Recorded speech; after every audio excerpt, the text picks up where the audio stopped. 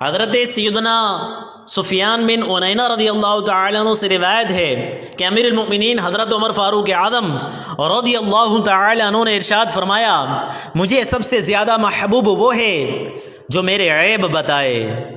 امیر المؤمنین حضرت سیدنا عمر فاروق اعظم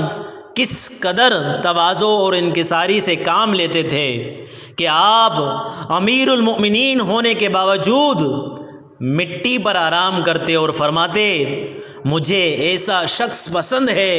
کہ جو مجھے میرے عیب بتائے۔ جبکہ اس کے برخلاف ہمارا حال یہ ہے کہ اگر کوئی ہماری تعریف کرتا ہے تو ہم اس سے بہت خوش رہتے ہیں،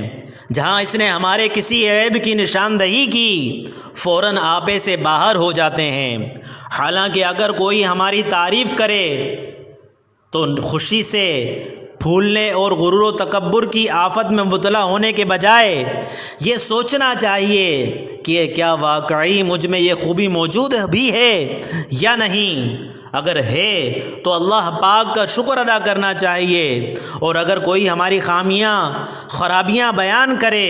تو اس پر ناراض ہونے یا اس شخص کے لیے دل میں بغض و کینہ بٹھانے کے بجائے اپنی اصلاح کرنی چاہیے۔ اپنی تعریف پر خوش ہونے والوں کے بارے میں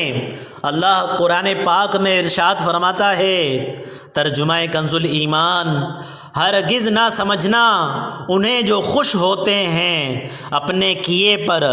اور چاہتے ہیں کہ بے کیے ان کی تعریف ہو، ایسوں کو ہرگز عذاب سے دور نہ جاننا، اور ان کے لیے دردناک عذاب ہے۔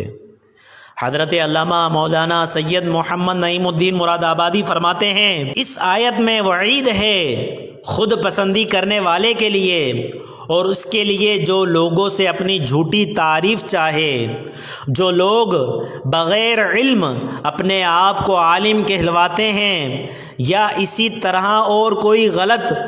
وصف اپنے لیے پسند کرتے ہیں، انہیں اس سے سبق حاصل کرنا چاہیے۔